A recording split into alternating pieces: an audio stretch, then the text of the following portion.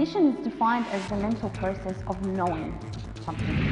There are some basic assumptions, there are some basic things that are part of this cognitive behavioral school or way of thinking. And cognition is knowable and accessible with basic aptitude and training to access the products and processes of faulty information processing. The next thing I want to talk to you guys about are our views, and a person's views of themselves, the world, like I've said, and the future impacts almost all their emotions and ultimately their actions. So I want to give you some examples that might kind of clarify some of these assumptions and some of this thinking for you. So if a person is suffering from anxiety, let's say, they'll typically view themselves as vulnerable, and the world is threatening, and the future is unpredictable.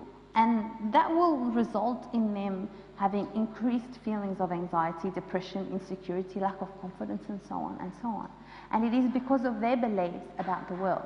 Where these beliefs come from, we'll talk about later, but it is because that's what they see and that's how they view the world around them, themselves and others, that anxiety is then heightened.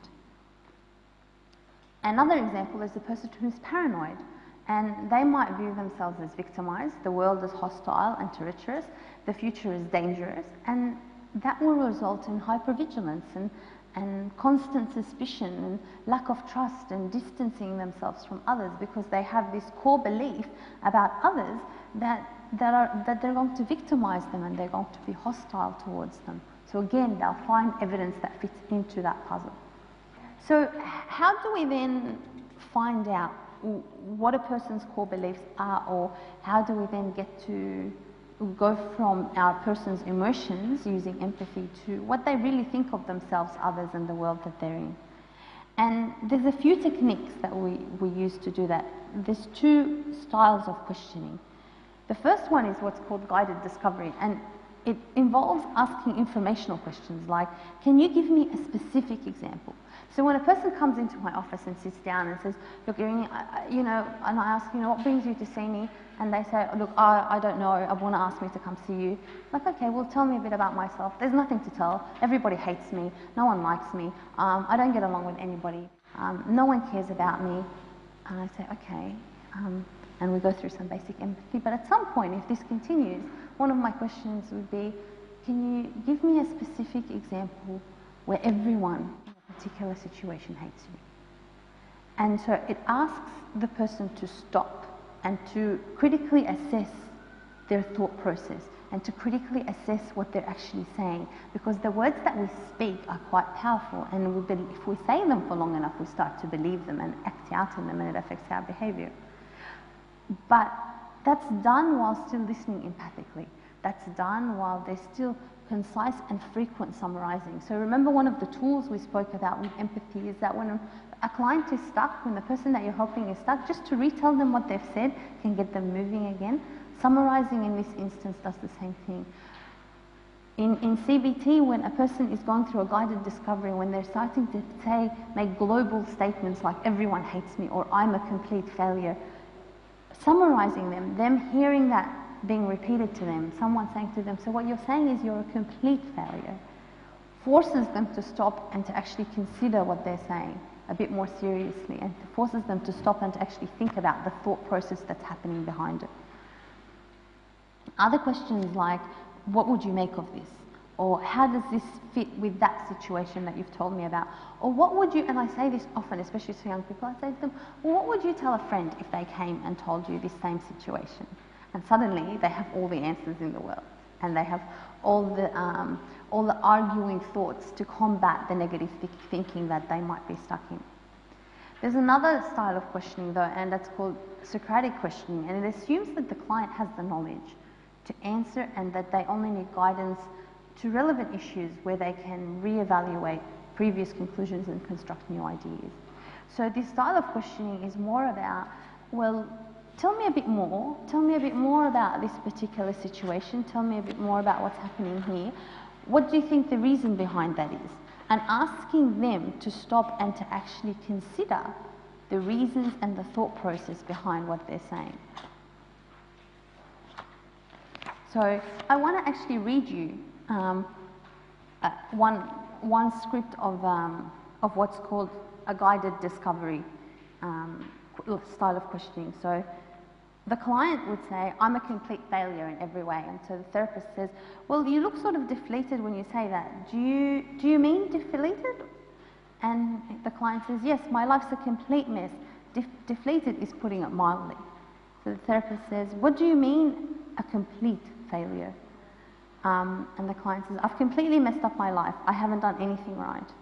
So the therapist would ask, has anything in particular happened to lead you to this conclusion, or have you felt this way for a long time? The client says, I think I see myself more clearly now. So this is a change in your thinking, the therapist asks. And the client says, yes, I went to a family reunion and saw my brother and his wife and his kids.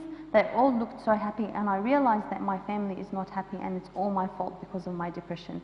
If they were my brother's family, they'd be better off. And the questioning continues in that same style. So what has actually happened is the person's gone from saying, I'm a complete failure, to starting to talk about specific situations and specific areas in their life where they're feeling like they're failing or they're not succeeding. And I've got many of these transcripts, so any of you guys are interested, you're welcome to come up and read through them. But that gives you a general idea of what this kind of questioning looks like.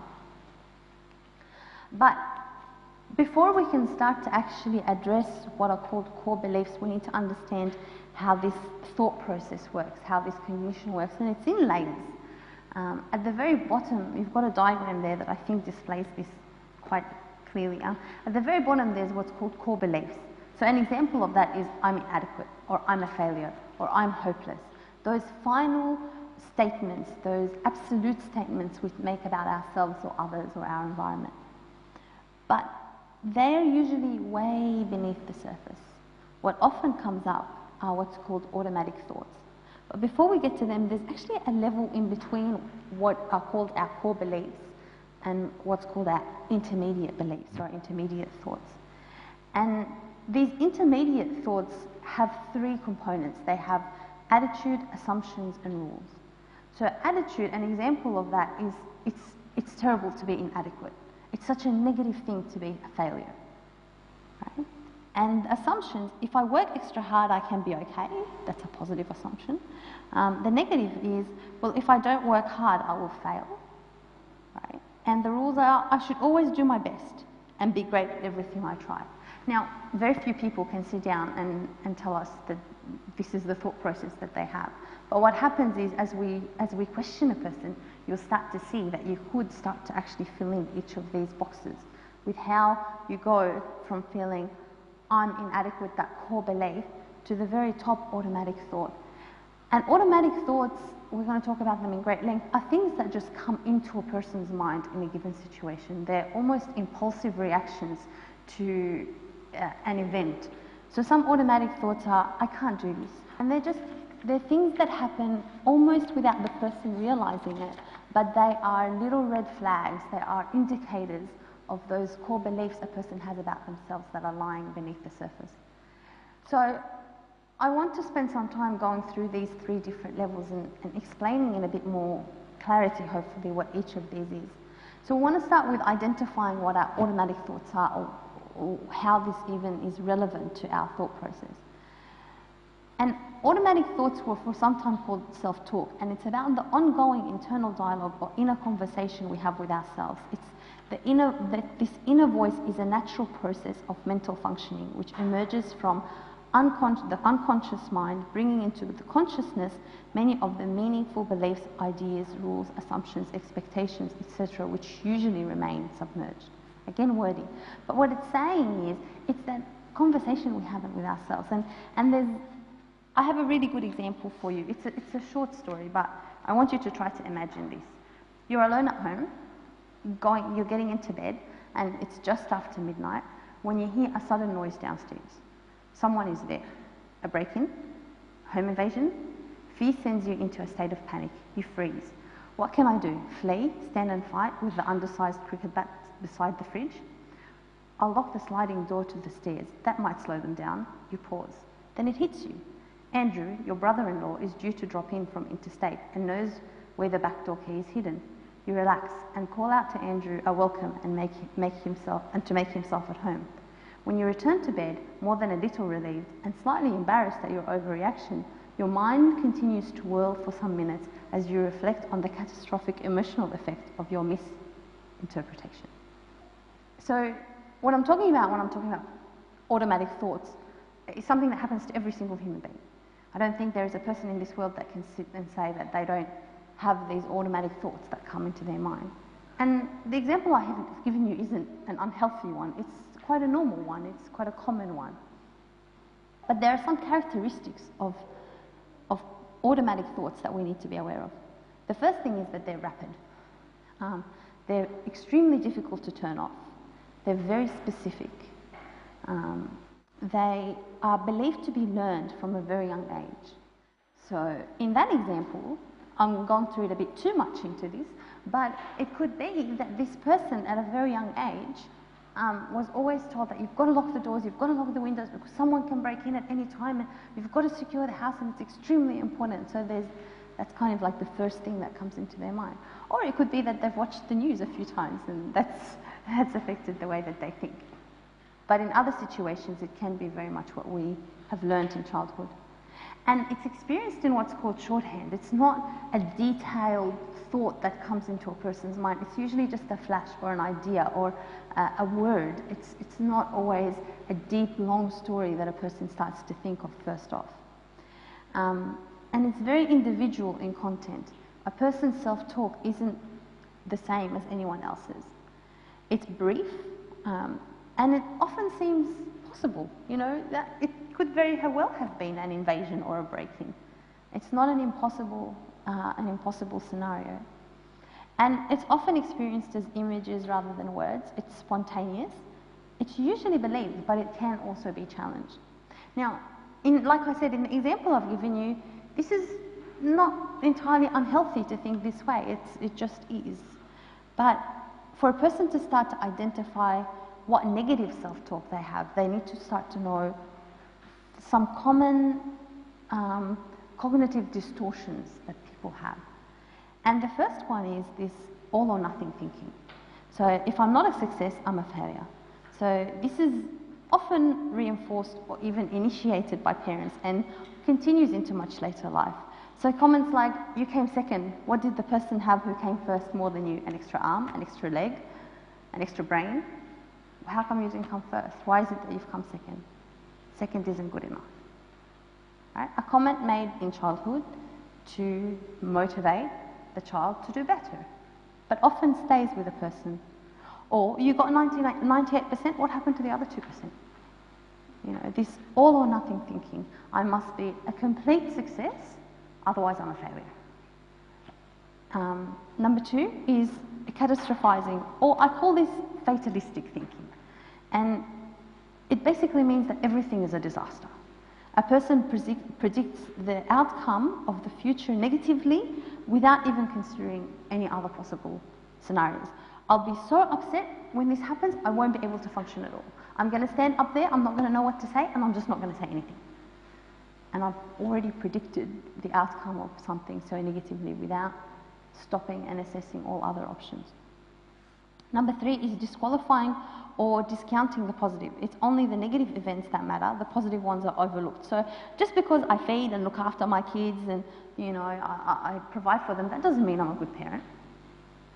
So discounting anything positive that might be happening in life and just insisting on remaining with the negative. Number 4 is what's called emotional reasoning. Something must be true because I feel like it's true. Actually, that means I believe it's true. And again, discounting anything else. So for example, I do a lot of things well at work, but I know everyone hates me. I don't really know that, I feel that, but I don't stop and evaluate the evidence for it. Labeling is number 5. The person puts a fixed label on themselves or others without considering the evidence. So example, I'm a failure, she's a user, he's hopeless. All those kind of final, you know, short labeling statements. And most people who have labels for themselves often have labels for others as well. Number 6 is magnification or minimization. So unreasonably magnifying the negative and or minimizing the positive. So I was just lucky that that happened. It doesn't mean that anything ever good happens to me. And anything positive that might happen in life gets a similar thing. Oh yeah, that was a good thing, but that's a one-off. Everything else is negative. Number 7 is a mental filter, paying undue attention to one negative detail without seeing the whole picture. So a classic example, well, I didn't do too well in this subject, I think I'm going to be a total failure in this career. Making an assumption about a major thing from something that doesn't necessarily mean that. Number 8, we're flying through this. Number 8 is mind reading. So one believes that they know what others think, believe, and often assuming that the behaviour that others display validates that belief. So she didn't say hi to me today because she really hates me. Forget the option that maybe she didn't see you. No, she hates me, that's why she didn't say hi to me. Number 9 is overgeneralization, so making sweeping negative conclusions that go far beyond the situation. So an example is, I was so uncomfortable around those new people, I'm never going to make any new friends. Personalization is number 10, attributing others' behaviour to self. So the repairman was rude today, I think because I must have done something wrong. I mustn't have offered him a cup of tea or a glass of lemonade. That's why he was so rude. But other people's behaviour are suddenly my fault. Number 11 is should or must statements. And a person has a precise fixed idea about how they or others should behave, and they overestimate how bad it is that these expectations are not met. So an example is, she has to spend at least 90 minutes on the phone with me, and if she doesn't, then she obviously doesn't really care. And just assuming or placing these should or must statements on others. Number 12, which is the final and maybe one of the most common ones, is what's called tunnel vision. A person focuses exclusively on the issues contributing to his or her stress, depression or pain.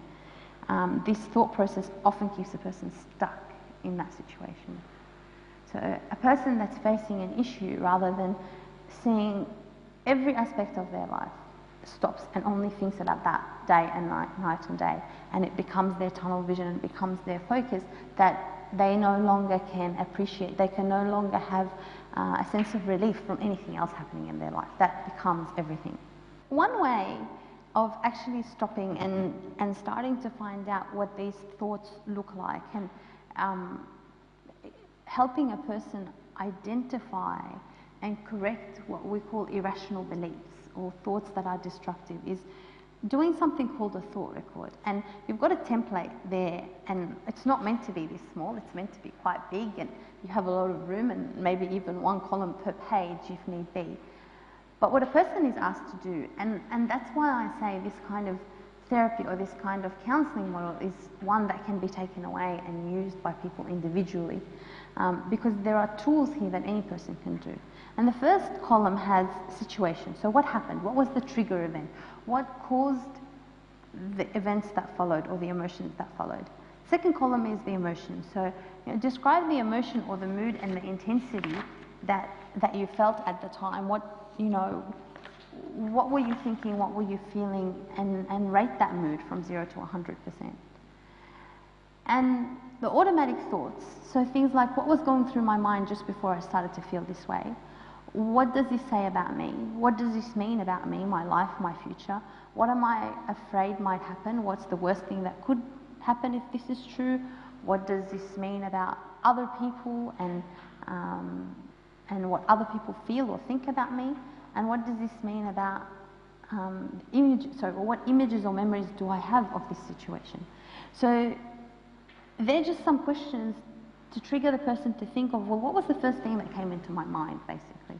What was that automatic thought? What is my belief as a result of that? And then there's two really important columns. What's my evidence for believing this? And what's my evidence against believing this? So, for example, if my automatic thought is, I'm going nowhere in my life, right? So my evidence that this is true might be that I'm not able to work full time. Recently, all I have the energy to do is watch TV and eat. That my partner and I are not getting any closer or deeper in our relationship. What hope do we have in the future? Everything in life that I can put that supports that I believe actually supports my belief. And then evidence against. So example is, I'm learning 2 musical instruments and taking singing lessons as well. My students love my classes and are learning a lot. Whatever evidence I can find in my life or that I believe is true to refute this thinking. And then it's great to sit down and to say, well, that's what I thought, and that's what the evidence I have for it, and that's the evidence I have against it. But you can't just remove a thought. You can't just remove a core belief about oneself. It needs to be replaced with what's called a balanced thought. So an alternative thought, looking at the evidence, what would be the correct, the healthy way of thinking in this situation? And then I re-rate my emotion after I've gone through this process. And just the sheer fact of sitting down and taking inventory and writing this down plays a big, big role in correcting this process. Because the next time that event happens, my mind will remember this, will remember that I sat down and I wrote this, and eventually I'll be able to stop myself and question my thought process there and then, and over time it can change and it can alter into that new balanced thought. I have something I want to share with you in regards to automatic thoughts. It's actually a story. It's a long story, so we'll see how it goes. It's a story, but I think it gives a really clear example of what these automatic thoughts are, and it's called the pathological critic. So I'll read it to you, and I'm happy to get your feedback. So the pathological critic is a term coined by psychologist Eugene Segin to describe the negative inner voice that attacks and judges you. Almost everyone has a critical inner voice, but people with low self-esteem tend to have a more vicious and vocal pathological critic. The critic blames you for everything that goes wrong. The critic compares you to others, to their achievements and abilities, and finds you wanting. The critic sets impossible standards of perfection and beats you up for the smallest mistake. The critic keeps an album of your failures, but never once reminds you of your strength or accomplishments. The critic has a script describing how you ought to live, and screams that you are wrong and bad if your needs drive you to violate his rules. The critic tells you to be the best, and if you're not the best, you're nothing. He calls you names: stupid, incompetent, ugly, selfish, weak, and makes you believe all of them are true. The critic reads your friends' minds and convinces you that they may be bored, turned off, disappointed, or disgusted by you. The critic exaggerates your weaknesses by insisting that you always say stupid things, or always screw up a relationship or a job, or never finish anything on time. The pathological critic is busy undermining your self-worth every day of your life. Yet his voice is so insidious, so woven into the fabric of your thoughts, that you never notice the devastating effect. The self-attacks always seem reasonable and justified. The carping, judging inner voice seems natural, a familiar part of you, but in truth, the critic is a kind of psychological fox, who with every attack weakens and breaks down any good feelings you have about yourself. Although we prefer to see the critic as he for convenience, your critic's voice may sound female. It may sound like your mother, your father, or even your own voice speaking. A loud, voluble critic is enormously toxic. He is more poisonous to your psychological health than any loss or trauma. That's because grief and pain wash away with time, but the critic is always with you, judging, blaming, finding fault. You have no defense against him. There you go again, he says, being wrong. And you automatically feel wrong and bad, like a child who's been slapped for saying something naughty. Another important thing you need to know about the critic is that he speaks a kind of shorthand. He might only scream the word lazy, but those two syllables contain the memory of the hundreds of times your father complained about your laziness, attacked your laziness, said how he hated laziness. It's all there, and you feel the entire weight of his disgust as the critic says the word. Sometimes the critic uses images or pictures from the past to undermine your sense of worth. He shows a rerun of some awkward moment on a date, or he pulls a snapshot of a dressing down you got from your boss, images of a failed relationship and scenes of the times you blew up at your kids. One of the strange things about the critic is that he often seems to have more control over your mind than you do. He will suddenly start to sound off, launching one attack after another, or dragging you over and over again through a painful scene. Through a process called chaining, he may show you a past failure, which reminds you of another and another, in a long string of painful associations. And though you try to turn him off, you keep being reminded of yet another mistake, another rejection, another embarrassment. The critic has many weapons. Amongst the most effective are the values and rules of living you grew up with. The critic has a way of turning your shoulds against you. He compares the way you are with the way you ought to be and judges you inadequate or wrong. He calls you stupid if the A you should have achieved slips to a B. He says a marriage should never last forever and calls you a failure after your divorce.